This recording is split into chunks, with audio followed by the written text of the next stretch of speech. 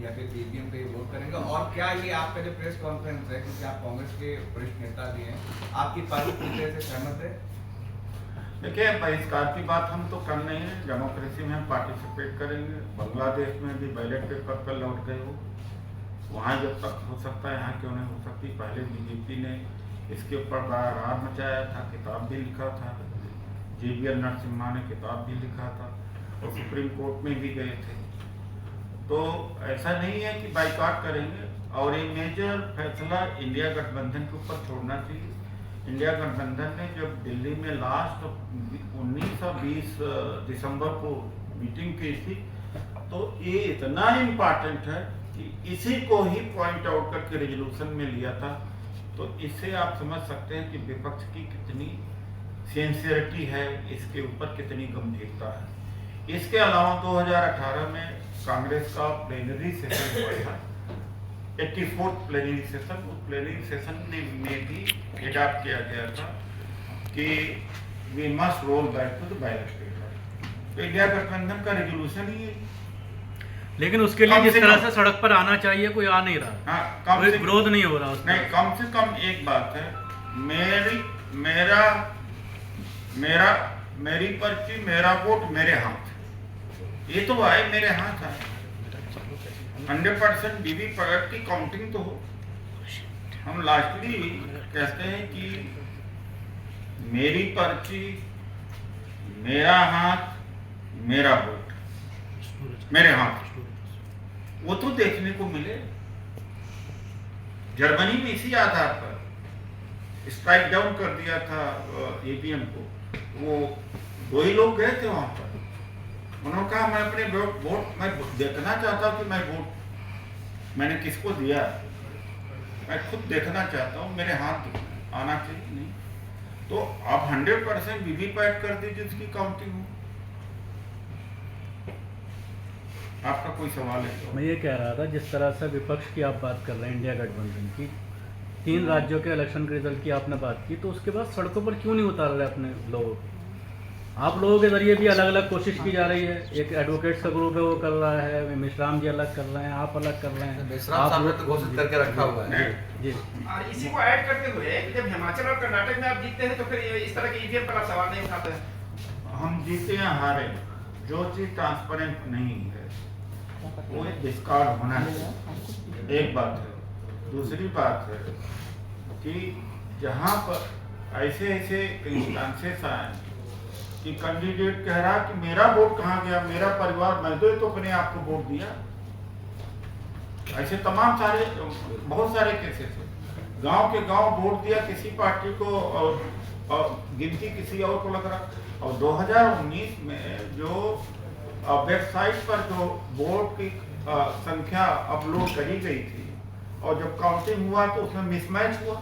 राघव बहल ने उसके ऊपर जब किया तो उनके ऊपर दबाव हुआ और इलेक्शन कमीशन ने वो डाटा फ्लश आउट कर दिया था 2019 के लोकसभा में, मैच नहीं हो पाया। देखिए, मैं इतना ही कहूंगा कि ये सबके लिए कंसर्न है। देश डिक्टेटरशिप तक जा चुका है, सबके लिए कंसर्न है। ये मेरा है या पॉलिटिकल पार्टी का ही एक एजेंडा नहीं। बहुत सारे लोग कहते हैं भाई आपकी पार्टी क्या कर रही है, आप लोग क्या कर रहे हैं। मैं कहीं रेस्टोरेंट में चला जाऊं या लोग मिलने वाले, तो मेरा एक सवाल होता कि आप भारत के नहीं, क्या आपको असर नहीं पड़ेगा?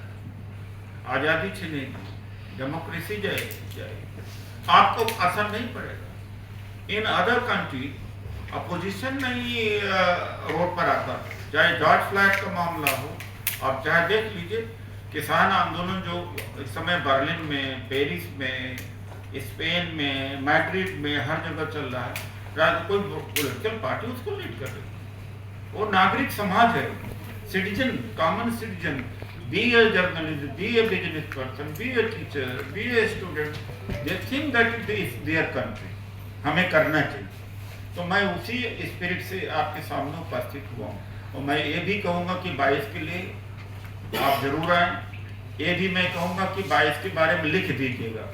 मुझे तो डर लग रहा है कि समय हम कर रहे हैं, कल देखने को लगेगा कि पता नहीं ये न्यूज है परसों। तो हमें कोई परेशानी नहीं हो, सबको है परेशानी। एक बात बताएं सर, जब आप इतना कॉन्फिडेंट हैं और आप ये समझते हैं कि ये जास्ती हो रही है और बाकी देशों में भी इसको बैन कर दिया है, तो आप सुप्रीम कोर्ट में क्यों नहीं जाते? सुप्रीम कोर्ट के 4-5 दिन पिछले हफ्ते सुप्रीम कोर्ट में सुनवाई हुई थी।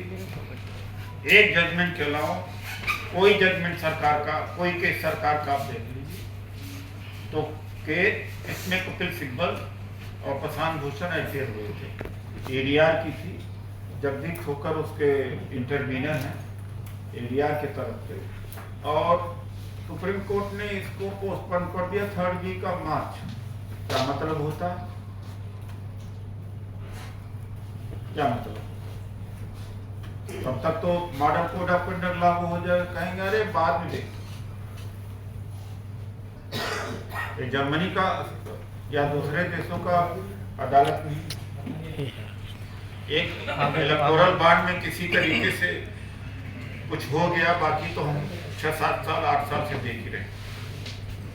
सर 22 तारीख को आपके जिस तरीके से कार्यक्रम है, लगातार ईवीएम को लेकर के आप या फिर महमूद प्रचार तमाम ऐसे लोग इसको मुद्दा उठाते हैं, लेकिन अब जिस पार्टी से आते हैं उसका राष्ट्रीय अध्यक्ष इस समय पूरे देश में भारत न्याय यात्रा लेकर निकले हैं। अगर मेजर इशू है कि ईवीएम से हैकिंग हो रही है और सत्ता गलत तरीके से आ रही है, तो राहुल गांधी को पूरे देश में इसको लेकर यात्रा क्यों नहीं कर रहा, उनका समर्थन क्यों नहीं मिल रहा इस मुद्दे पर? क्योंकि विपक्ष में वही बैठे सबसे बड़े नेता है, चंद लोग ही क्यों आते हैं इसको लेकर? इंडिया गठबंधन का रेजोल्यूशन आप देख लीजिए, उसका जवाब मिल जाएगा। एक बात, दूसरी बात मैं फिर वही कहूँगा कि नागरिक आप भी हैं, सब भी नागरिक, राहुल जी भी हैं, उदित राज भी हैं। गाज गिरेगी, गिर रही तो सबके ऊपर। यानी राहुल जी के लिए भी कोई मुद्दा नहीं रहेगा? क्यों नहीं है? इंडिया गठबंधन का रेजोल्यूशन क्या है?